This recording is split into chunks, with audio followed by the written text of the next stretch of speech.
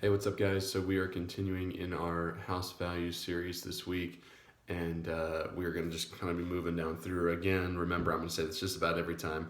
There's no real specific order to them other than the fact that Jesus is better is first, and then anything after that kind of just fits into play. It's almost like, the peak of the house is Jesus is better than everything underneath of it. It's just kind of the foundation for who we are. So today we've talked about the other ones, but we're going to talk today about how we are people bringers. And the story that always comes to mind, I use this when we talked about it in the beginning, but the story that always comes to mind are the four men who bring the paralytic man, the guy who's paralyzed, to Jesus in the house.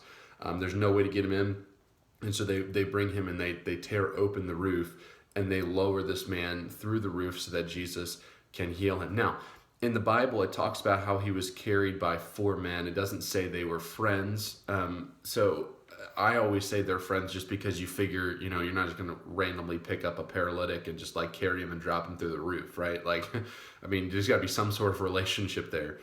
But however, we don't really know that. What we do know is that there were four men who were concerned about this man and bringing him to Jesus. Now, did they know that Jesus was going to heal him? They probably figured because Jesus had the power to do it in the past. He was proving he was God, and so they probably figured he had that ability.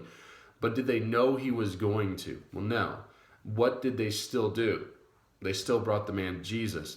Why? Not because they necessarily cared about the man's physical disability, but because they cared about the man's soul. They knew that meeting Jesus would heal him one way or the other. It may not be physical, but it was spiritual for sure. So what do we take from that as 412? What we take from that is we ought to have a care, a compassion, a concern for people that are in our schools, that we work with, that we see around our family members, and we ought to be people that will bring other people to Jesus. Now, does that mean you bring a paralytic to church and all of a sudden they're healed? No. What it does mean is you have to be concerned about the spiritual healing of people. Remember, we are broken and we are in chains and we are in sin and we're in bondage and we're held back by our sin nature.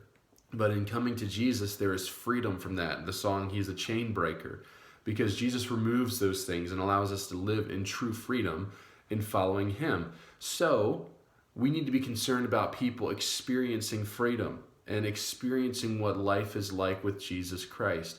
So we are people bringers here. We will always invite people to come to church. I have invited people to come to church. I've invited teenagers to come to youth group. And we are going to be a place that focuses on bringing people to hear the gospel. Why? Because we're so much better than every other youth group out there? No. I just know that our youth group is going to preach the gospel. There are some other ones who do, but there are some other ones I don't know if they do or not. I would rather have a teenager in a place or come to a place at least one time that I know will give them the gospel. Why? Because I'm concerned about their spiritual healing. I'm concerned about how they meet Jesus. So we are people bringers here. We won't apologize for it, but we will continue to bring people. The teen of the day today is Annie. Would you pray for her? I don't think we've got school today. So most of you don't have school today. So hopefully she's having a good day off. But then as we finish school the rest of the week and be back on Wednesday. All right. You guys have a good day.